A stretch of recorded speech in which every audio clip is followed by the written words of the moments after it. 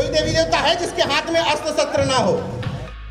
मूर्ख, अनपढ़, जाहिल कथावाचकों को सुनने के लिए आपकी महिलाएं 10 बार, 20 बार, 25 बार जाती हैं और वो जो उनके दिमाग पर ठोक देता है उसको लेकर के आ जाती हैं। भाई हम तो मूर्ख हैं, हम तो ओबीसी वाले तो मूर्ख होते हैं, कावड़ होते हैं, धर्म के अंधे होते हैं, बीजेपी के गुलाम होते हैं, जो अपने ऊपर छत्री तो लादे रहते हैं, कुर्मी छत्री, अहीर छत्री, मौर्य छत्री और निषाद भी जल पछाड़ छत्री, जल पछाड़ छत्री हैं भाई। और प्रजापति तो ब्राह्मण है। तो फूलन देवी ने क्या किया? क्या किया? दुष्टों का संहार किया। और फूलन देवी के भी जब तस्वीर देखते हैं तो हथियार है हाथों में भी और माला भी लटकी है। तो अब बताइए कि उन्हीं के शब्दों में, भाई हम कुछ नहीं जानते, उन्हीं के धर्मशास्त्रों के हिसाब से फूलन देवी देवी हुई कि नहीं? तो फिर तकलीफ कहाँ है? भाई हम अपनी परिभाषा नहीं बता रहे हैं, हम आपके हिसाब से ही परिभाषा बता रहे हैं कि फूलन देवी वीरांगना क्यों। और फूलन देवी जैसी वीरांगना अगर हमारे घरों में पैदा हो जाए तो जो नपुंसक किस्म के बलात्कारी है ना, उनकी हालत खराब हो जाएगी और जो बलात्कार का रेशियो है वो आधा कम हो जाएगा। अपने अपने घरों में सिर्फ फूलन देवी पैदा करो, अपने अपने घरों में सावित्री बाई फूले, उदा देवी पासी, रमाई, अवंती बाई लोधी, झलकारी बाई पैदा करो, समस्या नहीं रह जाएगी, खुद ही निपटा लेंगी ये सब आदि दिक्कतों को। अब एक दूसरी समस्या पर आता हूं। अभी बताया गया कि फूलन देवी जी जो पूर्व सांसद थी वो जालौन जिले के एक गुढ़ा गांव की थी। फूलन देवी जी के गांव जिस क्षेत्र में पड़ता है उस विधानसभा का नाम है कालपी विधानसभा। कालपी विधानसभा से उन्हीं का नाम लेकर के अपनी राजनीतिक दुकानदारी चलाने वाली एक पार्टी जिसका नाम है निषाद पार्टी, उसने एक ठाकुर समाज के व्यक्ति को टिकट दिया। सही किया या गलत? गलत किया। यही सोचते हुए मैं फूलन देवी जी के गांव गया। मैंने कहा वहां के गांव के लोगों से प्रतिक्रिया लेता हूं जरा कि इस गांव के लोग क्या सोचते हैं। जब उस गांव में घुसा तो जो लोग सड़क पर बैठे हुए थे उनसे मैंने पूछा, भैया आपके यहां से किसको टिकट हुआ है? अलग अलग पार्टियों से, तो अलग पार्टियों के नाम बताए। बोले भैया थरिया भरा भोजन, मतलब भोजन भरी थाली, मतलब निषाद पार्टी का चुनाव चिन्ह है, हम उसको वोट देंगे। हमने किस समाज से हो? बोले केवट समाज से, निषाद समाज से। जिस फूलन देवी की लड़ाई जिस एक जाति से नहीं थी, जिस मानसिकता से थी, जिस मानसिकता के व्यक्ति को, हमारी लड़ाई किसी वर्ग या जाति से नहीं है। अगर ऐसा होता तो हम बीपी सिंह की जयंती ना मना रहे होते। हम बीपी सिंह की जयंती मनाते हैं जबकि ठाकुर वर्ग के थे। हम अर्जुन सिंह को मानते हैं बल्कि ठाकुर वर्ग से थे, मानते हैं ना। हम राहुल सांकृत्यायन को मानते हैं जबकि ब्राह्मण थे। हम उस हिमांशु कुमार के साथ खड़े हैं जिनको आदिवासियों की लड़ाई लड़ने के लिए 5 लाख का जुर्माना हुआ है, बल्कि ब्राह्मण में जन्म लिया है। इसका मतलब हमारी लड़ाई उस सामंतवादी और मनुवादी मानसिकता से है जो किसी भी जाति वर्ग के व्यक्ति के अंदर हो सकती है। तो जिस व्यक्ति को वहां से टिकट दिया गया वो उसी सामंती मानसिकता का था। फिर भी वहां के निषाद लोग केवल फूलन देवी जी का घर छोड़ करके, उनकी माता से भी मिला, उनके परिवार के अन्य लोगों से मिला, फूलन देवी जी के घर को छोड़ करके सब लोग निषाद पार्टी के समर्थन में खड़े थे। इसको सही मानते हैं या गलत? गलत। तो अब सवाल यह है कि ऐसा हुआ क्यों?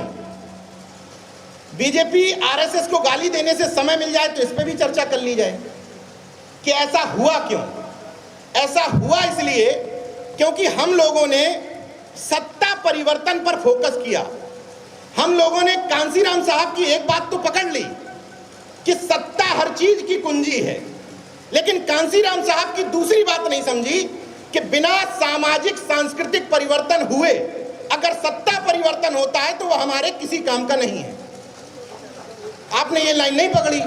जब ये लाइन नहीं पकड़ी तो जिन लोगों को आप सत्ताओं में बैठालते रहे वो उसी मनुवाद और सामंतवाद की व्यवस्था के पोषक बने रहे। और उन लोगों ने जिस तरह का समाज डेवलप किया है, भाई डेवलप इसी तरह का समाज किया गया। मैंने वहां जब एक व्यक्ति से पूछा कि आपको पता है कि आपके समाज का ये टिकट कितने करोड़ों में बिका है, तो कंधे पर कुल्हाड़ी रखे हुए एक निषाद समाज के व्यक्ति ने बड़े गर्व से कहा 2 करोड़ में बिका है टिकट, 2 करोड़ में। उसके अंदर 2 करोड़ में टिकट बेचने की भावना गर्व के साथ थी। आप मूर्ख कह सकते हैं, लेकिन ये भावना पैदा किसने की उस व्यक्ति के अंदर? किसने पैदा की कि अपने जाति का नेता जो करे उसको सही मानो? किसने बताया उसको? उन लोगों ने जो पहले सत्ता में आए, उन लोगों ने समाज को यह सिखाया कि अपने जाति के व्यक्ति को मंच पे पैसों की माला से लाद दिया जाए तब भी उसको देवी समझो। किसने बताया? किसने बताया कि तुम्हारी जाति का व्यक्ति हाथ में फरसा लेके भी निकल जाए फिर भी उसको देवता मानो? किसने बताया? तो निषाद क्या गलत कर रहे हैं? तुमने अभी तक सिखाया ही यही है। और अभी निषाद छोड़िए, अभी प्रजापति भी यही करेंगे, अभी विश्वकर्मा भी यही करेंगे। क्यों? क्योंकि जो जातियां अपने आप को छत्रत्व के बोध तले दबाए हैं, कुर्मी और अहीर, इन्होंने किया ही यही है। इन्होंने समाज को दिया ही यही है, घनघोर जातिवाद। इन 2 जातियों की सबसे बड़ी जिम्मेदारी है कुर्मी और यादव की। क्यों? कुर्मी, यादव और मौर्य, इन 3 के पास ठीक ठाक दुकानें हैं, ठीक ठाक नेता भी ठीक है, विधायक भी ठीक है, मंत्री भी ठीक है, अधिकारी भी ठीक है। अब अगर किसी नाई समाज के व्यक्ति से मैं कहूं यार जातिवाद ना करो, अब नाई क्या जातिवाद करेगा? कहां से करेगा? ना विधायक है, ना सांसद है, ना मंत्री है, जातिवाद कहां से करेगा? तो जातिवाद पहले अपना छोड़ो। अगर कुर्मी, यादव, मौर्य और एससी में जाटव अगर किसी कुर्सी पर बैठे हो तो अपने वाल्मीकि समाज को, खटीक समाज को, विश्वकर्मा समाज को, नाई समाज को, मौर्य समाज को, चौरसिया समाज को नीचे से उठा करके गले लगाओ, तब तुम दूसरे से कह सकते हो कि अपनी जातिवाद से बाहर निकलो।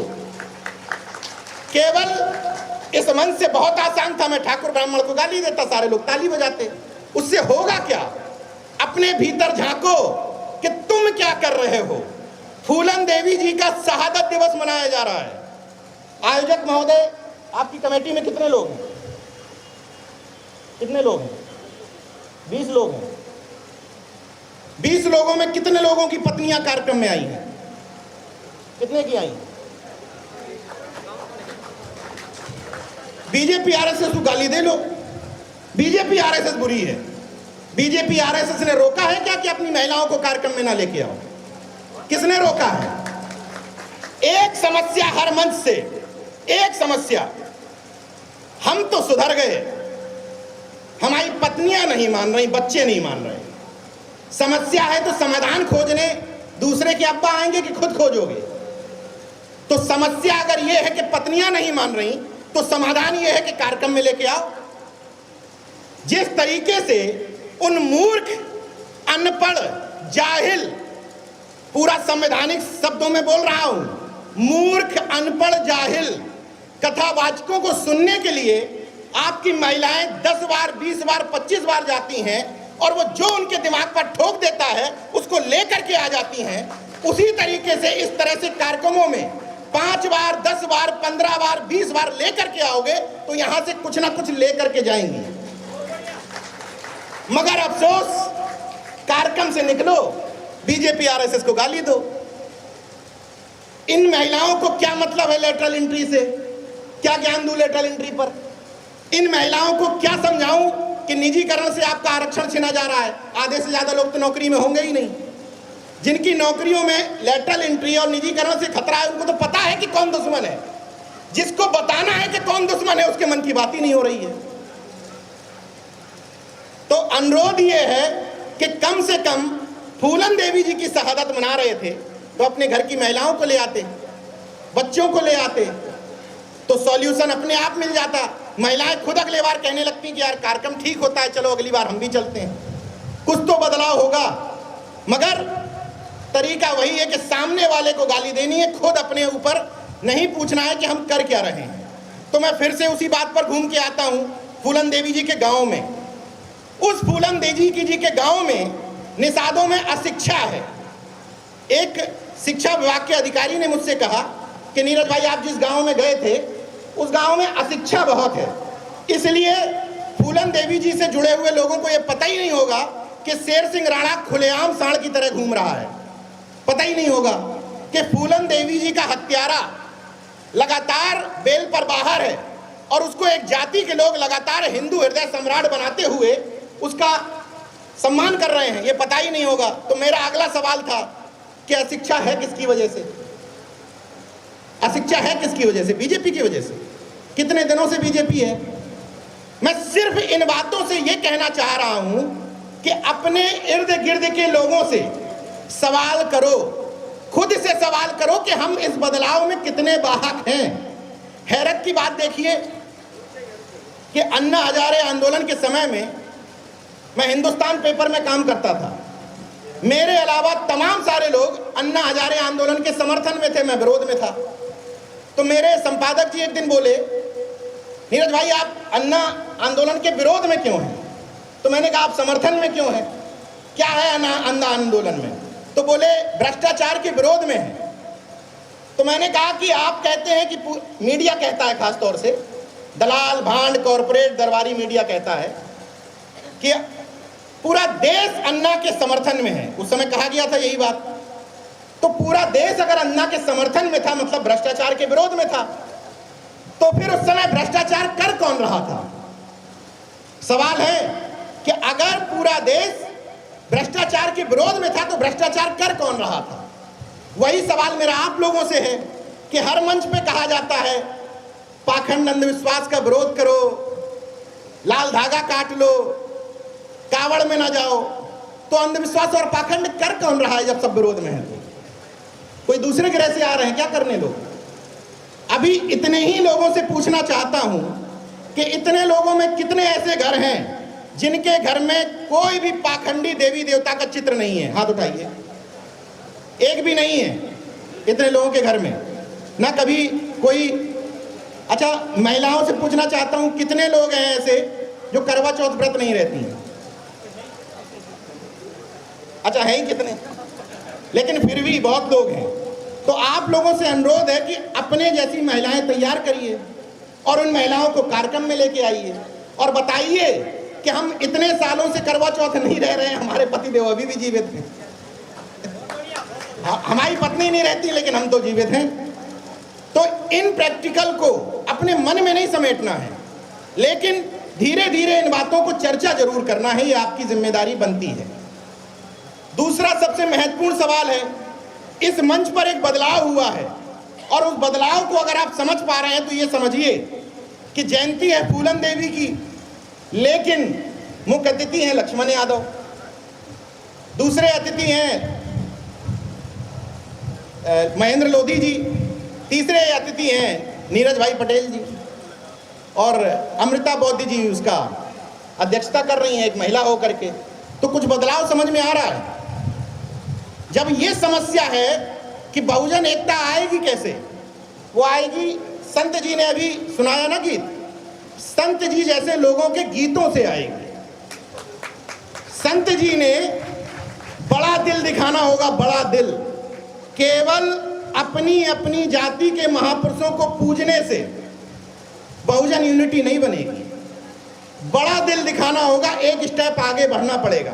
और सुनील निषाद जी, गुरु निषाद जी ने जो आज किया, जिस जाति का महापुरुष उस जाति का मुख्य अतिथि और अध्यक्षता कतई नहीं होनी चाहिए, ये हर कार्यक्रमों में शुरू करिए। बदलाव के वाहक खुद से बनिए, तब हम उन विषयों पर चर्चा कर पाएंगे कि यूनिवर्सिटीज में, अभी लक्ष्मण जी ये सब कुछ बताएंगे कि यूनिवर्सिटीज में किस तरीके से असिस्टेंट प्रोफेसर की भर्तियां होने से रोका जा रहा है, किस तरीके से सरकारी सिस्टम में आप लोग ना आ पाए उससे रोका जा रहा है। लेकिन उसको रोकने के लिए केवल मसीहा मत तलाशिए। अच्छा, एक और सिस्टम तैयार हुआ कि जिस भी वर्ग में जागरूक लोग पैदा हो गए, जैसे यादव बहुत जागरूक हो गए, कुर्मी बहुत जागरूक हो गए, निषाद जागरूक हो गए, जाटव जागरूक हो गए, तो अभी जागरूकता के लेवल में एक अंतर है। जैसे यादव जागरूक हुए या कुर्मी जागरूक हुए, तो जो जागरूक हैं, मैं उनकी बात नहीं कर रहा जो गांव में रह रहे हैं, मैं पहले जागरूकों पे आ रहा हूं, क्योंकि यहां जागरूकों को ही ज्ञान पहले दिया जाए जो कह रहे हैं कि हम जागरूक हो गए।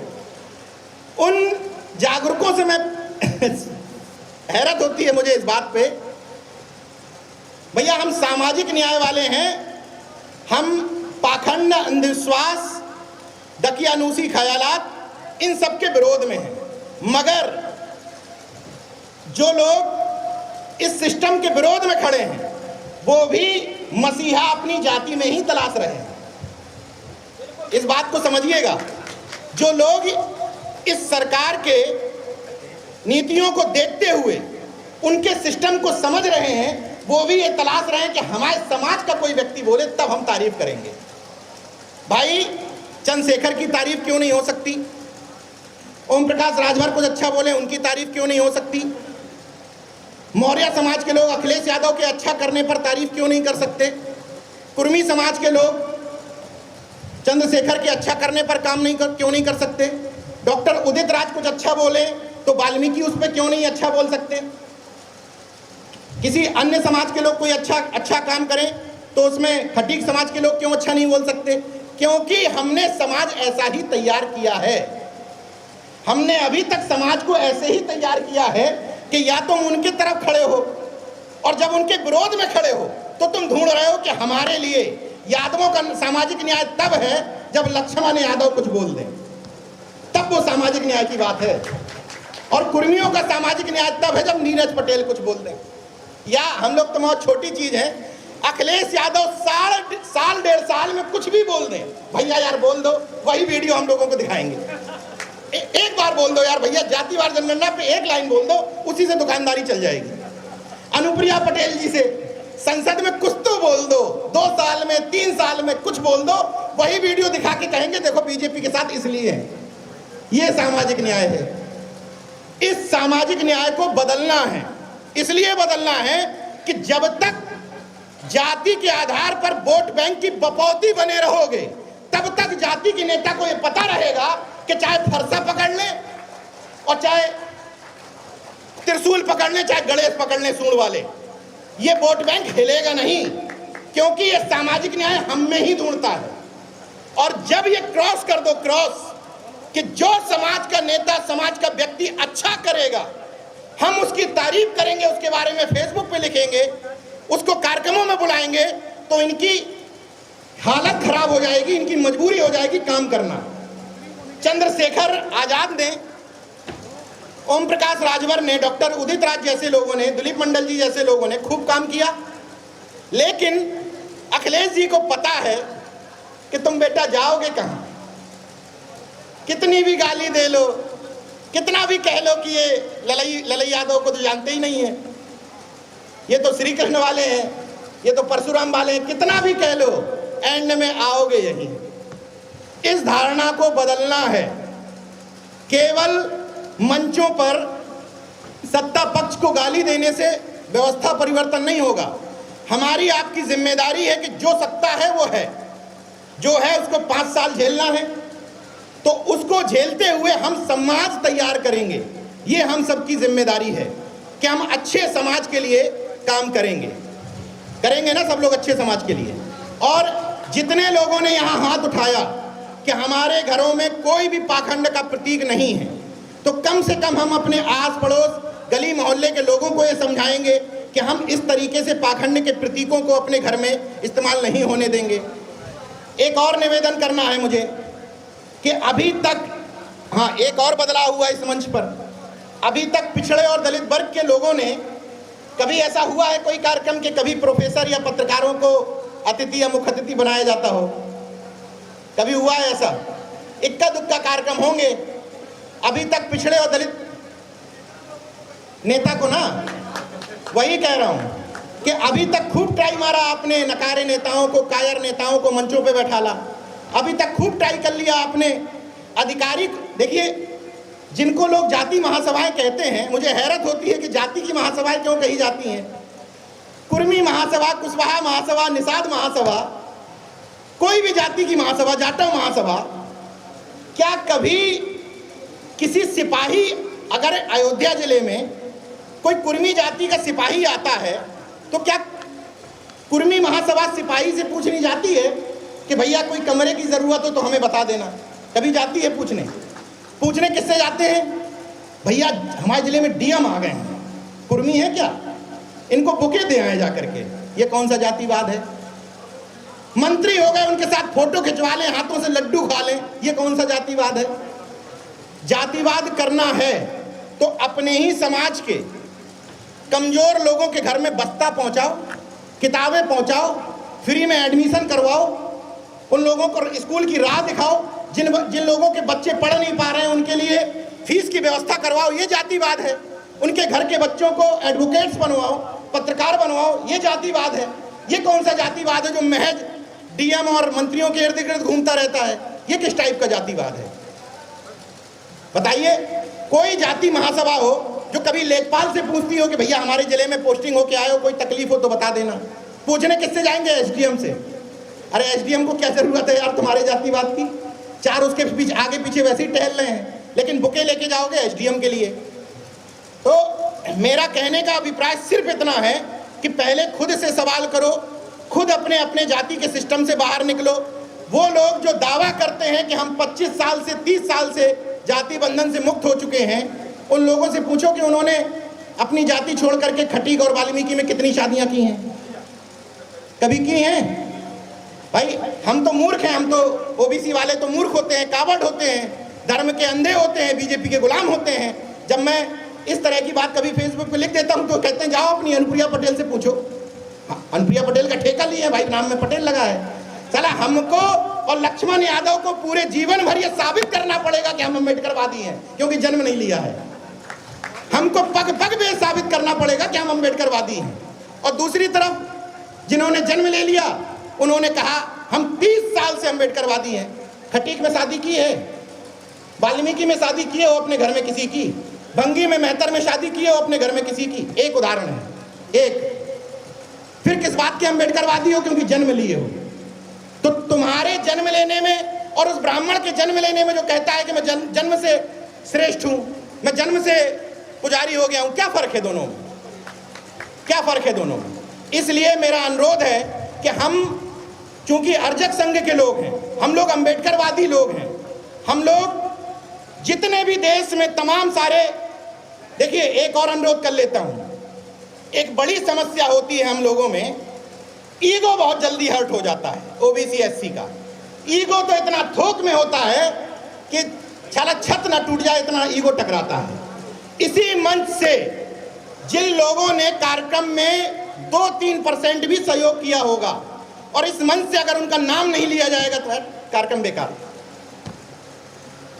कार्यक्रम में कुछ था ही नहीं, वही लोग आ गए, आधी कुर्सियां खाली पड़ी रही पीछे से, कुछ हुआ ही नहीं कार्यक्रम में, और उसी व्यक्ति को मंच पे बुलवा दो। अरे शानदार कार्यक्रम, इससे बढ़िया कार्यक्रम तो आज तक फैजाबाद में कभी हुआ ही नहीं।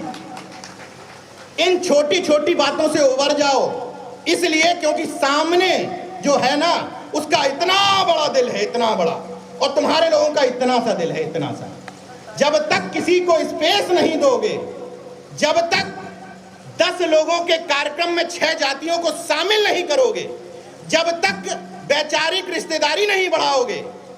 वैचारिक रिश्तेदारी का मतलब समझ रहे हैं? वाल्मीकि भी मेरा रिश्तेदार हो सकता है, खटीक भी हो सकता है, पासी भी हो सकता है, ये वैचारिक रिश्तेदारी है।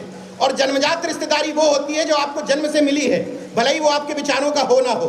तो इस वैचारिक रिश्तेदारी को आगे बढ़ाने की जिम्मेदारी हम सबकी ही बनती है। इसलिए मैं छोटी छोटी चीजों पर अनुरोध करना चाहता हूं, बिना बीजेपी और आरएसएस को गाली दे दिए हुए, कि हम लोग अगर अपने अपने ईगो को छोड़ दें और ये बात छोड़ दें कि फलाने बैनर में किसके संगठन का नाम डला है। एक अनुरोध करता हूं आपसे, कोई ऐसा गांव या कोई ऐसा आस पड़ोस नहीं होगा जिसके अगल बगल में आप लोगों का विरोध ना चलता हो। कन्फर्म होगा किसी ना किसी से, होगा ही होगा। और ये भी तय है कि वो ओबीसी एससी का होगा, आपके जाति का भी होगा।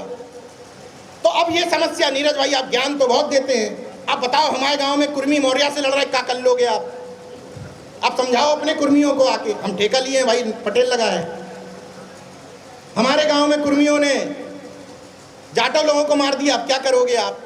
इसके लिए एक अनुरोध कर लेता हूं कि ठेकेदारी तो किसी के पास नहीं है, ठेकेदारी तो आपको जिनने दे रखी है वो आपके वोटों से मंत्री बने बैठे हैं, पति पत्नी दोनों। और तमाम गुलाम देव टाइप के लोगों को बार बार कई सारे पद दिए जा रहे हैं। 12 साल के लड़कों के चरण भी धो रहे हैं, कुछ लोगों को स्टूल पे बैठा दिया जा रहा है, कुछ लोगों का घर गंगा जल से धुलवाया जा रहा है। ठेकेदारी तो उनको दे रखी है, हम लोगों को क्या दिया है? आज तक यहाँ बैठे हुए लोगों में से बता दो कभी किसी से वोट या नोट मांगा हो? किसी ने दिया है वोट या नोट? तो ठेकेदारी हमारी कैसे हो गई? क्योंकि हम बोलते हैं। तो चलो ठीक है, हमने अपनी ठेकेदारी स्वीकार की। उसके लिए एक अनुरोध है कि गांव, मोहल्ले, पड़ोस और ऑफिस के अंदर सबके आपस में क्लैश होते हैं, सबके। उन झगड़ों को नहीं सुलझाया जा सकता। कोशिश करिए कि मनमुटाव कम हो, मगर जब वही व्यक्ति, ये बीजेपी आरएसएस से सीखा है मैंने, जब वही व्यक्ति आरक्षण के लिए, जातिवार जनगणना के लिए, निजीकरण के खिलाफ में, लेटरल एंट्री के विरोध में जब खड़ा हो तो चुपचाप उसके कार्यक्रम में जाके सपोर्ट कर दो। ये सीखा है मैंने। आपसी झगड़े कितने भी कर लो, जिन लोगों को आप गाली देते हो उनके आपस में कितने भी क्लैश हों, लेकिन जब उनको ये पता होता है कि मोहल्ले में हमें पिछड़े या दलित समाज के किसी व्यक्ति को दबाना है तो एक हो जाते हैं। हो जाते हैं कि नहीं?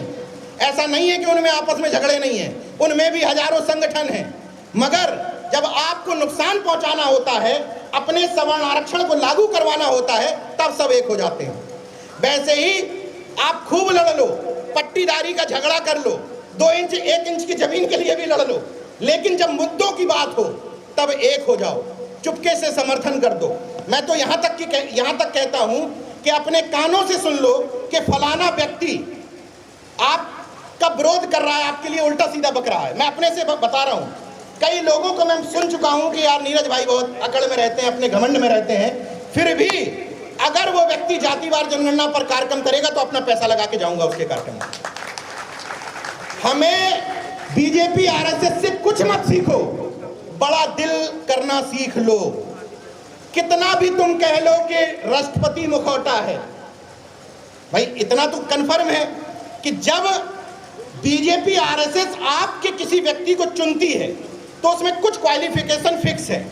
जैसे उसको मूक बधिर होना चाहिए, अपने समाजों की समस्याओं पर मुंह खोलने वाला ना होना चाहिए, अपने भाषणों में बीच बीच में राम को ले आने वाला, महाभारत के पात्रों को ले आने वाला होना चाहिए, अपने भाषणों में बीच बीच में पौराणिक काल्पनिक चीजों का वर्णन करना चाहिए, दकियानूसी होना चाहिए, वैज्ञानिक अवैज्ञानिक सोच रखने वाला होना चाहिए, पाखंड पोंगापंथ को बढ़ावा देने वाला होना चाहिए।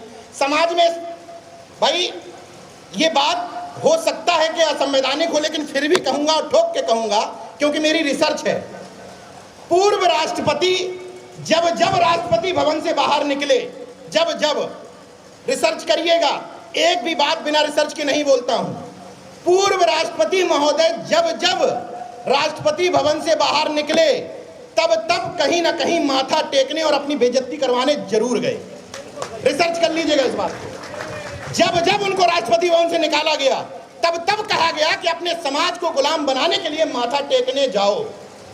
मौजूदा राष्ट्रपति महोदय को हमें गर्व है कि हमारे समाज की कोई महिला राष्ट्रपति बनी है, हमें भी गर्व है, लेकिन हमें शर्म है कि उस महिला के राष्ट्रपति बनने के बाद इन अनपढ़ जाहिल ब्राह्मणों की ये हिम्मत हो गई कि उसको शुद्धिकरण करे। मुझे शर्म है इस बात पे। जितना गर्व है उससे ज्यादा कहीं शर्म है कि उस महिला की डिग्निटी, उस महिला की काबिलियत ये है कि राष्ट्रपति उम्मीदवार घोषित करने के बाद वो नंदी के कान में मनोकामना मांगने जाए। मुझे शर्म है, मुझे शर्म है इस बात पर कि वो झाड़ू लगाने जाए राष्ट्रपति का उम्मीदवार बनने के बाद। क्योंकि अंतर समझिए, बहुत सारे लोग मुझसे सवाल करते हैं, उसका जवाब दे देता हूं। बहुत सारे लोग कहते हैं कि बीजेपी में भी तो हमारे समाज के नेता हैं, उनका समाज विरोध क्यों नहीं करता है, राष्ट्रपति आदिवासी बना दिया, उनका समाज विरोध क्यों नहीं करता है, प्रधानमंत्री ओबीसी बना दिया, उनका समाज विरोध क्यों नहीं करता है, कैबिनेट मंत्री इतने बना दिए। इसलिए विरोध नहीं करता है कि जब उनके समाज का व्यक्ति आपके यहाँ आता है तो सतीश चंद्र मिश्रा बन जाता है, इसलिए नहीं करता है और पूरी पार्टी कैप्चर कर लेता है। जब उनके समाज का व्यक्ति आपके यहाँ आता है तो उदयवीर सिंह बनकर के अखिलेश यादव से पूरे टिकट वितरण करवाता है और फांसी का बंटाधार कर देता है। जब उनका व्यक्ति आपके यहाँ आता है तो हाथों में फरसा पकड़वा देता है और त्रिशूल पकड़वा देता है। लेकिन आपके व्यक्ति की हिम्मत है कि जा करके उनके हाथ में संविधान की प्रस्तावना एक कार्यक्रम में करवा दे, एक में हिम्मत हमें मान लूंगा कि पिछले और दलित वर्ग का व्यक्ति है। जब उनका व्यक्ति आपकी तरफ आता है तो अपनी विचारधारा को लात मार करके आता है, और जब आपका व्यक्ति वहां जाता है तो उनकी विचारधारा के चरणों में सर रख करके उस तरफ जाता है। ये अंतर है, इस अंतर को समझिए। अभी बहुत सारे लोगों को सुनना है, ज्ञान गंगा तो ऐसे चलती रहेगी। अनुरोध सिर्फ इतना है कि जितना वक्त मनुवाद, सामंतवाद, ब्राह्मणवाद, बीजेपी, आरएसएस, योगी, मोदी को गाली देने में लगाते हो, उतना वक्त अपने भाइयों को जगाने में लगा दो। जितना वक्त इस बात पे लगाते हो कुर्मी, मौर्य, लोधी, भाजपाई हो गए नीरज भैया, इनको समझाओ, इनको समझाओ। कुर्मी, मौर्य, लोधी, निषाद भाजपाई होते तो ये कार्यक्रम कौन करवा रहा होता? भाजपाई नहीं है। तुमने बड़ा दिल नहीं दिखाया, तुमने अपने भाई को नीचे से उठा करके गले नहीं लगाया, इसलिए वो उनके बहकावे में चले गए। जिनको तुम मुखौटा कहते हो, तुम्हारी भी तो सरकारें थी, तुम स्टूल वाला एक डिप्टी सीएम ही बना देते। आज जिसको तुम डिप्टी सीएम कह रहे हो कि स्टूल मंत्री है, तुमने स्टूल मंत्री भी तो तैयार नहीं किया। जिस द्रौपदी मुर्मू को आज हम आप बैठ करके यहाँ कह रहे हैं कि मुखौटा है, तो पहले कांग्रेस की सरकार थी, तुमने क्यों नहीं बना दिया? क्यों नहीं बना दिया? बिहार में जब मौका मिला लालू यादव जी को, क्यों नहीं बना दिया? ये बातें कह दो तो समाजद्रोही हूं, लेकिन मैं समाज को तैयार करने आया हूं, आपके मन की बातें, लोभावनी बातें करने नहीं आया हूं। मैं चाहता हूं कि अंदर से, भीतर से हमारा सब समाज तैयार हो। अर्जक संघ के कुछ लोग बैठे हैं, यहाँ बैठे हैं, सीबी पटेल जी वगैरह तमाम लोग बैठे हुए हैं, हंस रहे हैं, वो समझ रहे हैं कि आगे क्या बात करूंगा। पूछिए सीबी पटेल जी से। सार्वजनिक मंच पे ये बात नहीं कहनी चाहिए, लेकिन कह रहा हूं। सीबी पटेल जी ने ये बात इसलिए प्रूफ के साथ कह रहा हूं कि मैं जो बोल रहा हूं मैं वैसा ही जीवन जीता हूं। सीबी पटेल जी ने मुझे अर्जक संघ के कार्यक्रम में आयोजित किया, मैं कार्यक्रम में नहीं आया था। आया था लखनऊ के कार्यक्रम में आया था मैं, क्यों नहीं आया था बता दीजिए? मैं बता देता हूं, क्योंकि कार्यक्रम का आयोजन कुर्मी छत्री भवन में था, और मैंने इनसे कहा कि मैं छत्री कुर्मी हूं ही नहीं, मैं शूद्र हूं। पूछिए, सामने बैठे हैं। सीबी पटेल जी ने प्रतापगढ़ में कार्यक्रम रखा, लक्ष्मण भैया और मुझे बुलाया। उस कार्यक्रम में तादाद से ज्यादा कुर्मी थे। मैंने पूछिए टोका था कि नहीं टोका था? मैंने कहा नहीं आऊंगा कार्यक्रम में, इसमें कुर्मी ज्यादा है। यह भावना पैदा करनी पड़ेगी। केवल दूसरे के जातिवाद पर सवाल उठाने से काम नहीं बनेगा। छत्रित्व पता क्या होता है? जो अपने ऊपर 2 मिनट बोल दूं, जो अपने ऊपर छत्रित्व लादे रहते हैं, कुर्मी छत्री, अहीर छत्री, मौर्य छत्री, और निषाद भी जल पछाड़ छत्री, जल पछाड़ छत्री हैं भाई। और प्रजापति तो ब्राह्मण है, और नाई ब्राह्मण है, शर्मा लिखते हैं। तो इन छत्रित्व धारण किए हुए लोगों से पूछना चाहता हूं कि अगर वर्ण व्यवस्था में ट्रांसफर लेने का सिस्टम है कि ट्रांसफर हम ले लेते हैं, मतलब कुर्मी से हम छत्री में चले जाएंगे, तो जब ट्रांसफर ले ही रहे हो तो डायरेक्ट छत्री क्यों नहीं बन जाते हो?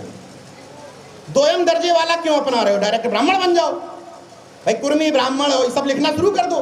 जब ट्रांसफर मिल ही रहा है तो डायरेक्ट ऊपर वाला ले लो। अब जो मैं कई मंचों पर कह चुका हूं, छत्रित्व पता क्या होता है? ये बात सही है कि यहां पर बैठी हुई कोई कौम ऐसी नहीं होगी जिस कौम के पूर्वज राजे महाराजा न रहे हों। कोई कौम ऐसी नहीं होगी, हर पूर्वज के कौम राजे महाराजे थे। लेकिन ट्रांसफर लेने की जरूरत क्या है? छत्रित्व का मतलब यह होता है कि किसी भी जाति का व्यक्ति अगर कुर्सी पर बैठा है, उसका छत्रित्व पता क्या है? कुर्मी का छत्रित्व यह है कि अगर उसके सामने कोई सामंतवादी किसी प्रजापति को गाली दे रहा है तो कुर्मी सामने आकर के कहे, खबरदार जो प्रजापति को गाली दे दी। यह छत्रित्व है। अहीरों का छत्रित्व यह है कि तुम्हारे सामने अगर कोई विश्वकर्मा को मार रहा है, तुम सामने आ जाओ, तो यह छत्रित्व है। ये झूठा छत्री लगा लेने से, छतरी टांग लेने से समाज का मान सम्मान नहीं बढ़ रहा है। तुम ये साबित कर रहे हो समय समय पर कि तुम इंफीरियरिटी कॉम्प्लेक्स में जी रहे हो। तुम्हें अपने समाज पर गर्व ही नहीं है। जाति गर्व का विषय नहीं है, शर्म का विषय है। मगर ये समाज, हमारा पूरा बहुजन समाज, पूरा तार्किक समाज गर्व का विषय है। इन्हीं शब्दों के साथ अपनी बात खत्म करता हूं। महेंद्र भाई और लक्ष्मण जी अभी विस्तार से आपको तमाम सारी चीजें समझाएंगे। अंतिम बातों के साथ अपनी बात खत्म करूंगा कि किसी के कद को बढ़ाना, किसी के कद को घटाना मुझे आता नहीं हूं मोहतरम को मोहतरम कहना। चलो मिलजुल कर इस 85 वर्ग पर जान देते हैं, बहुत आसान है यूं टेंट हाउसों में बैठकर वंदे मातरम कहना। जय विज्ञान, जय संविधान। धन्यवाद।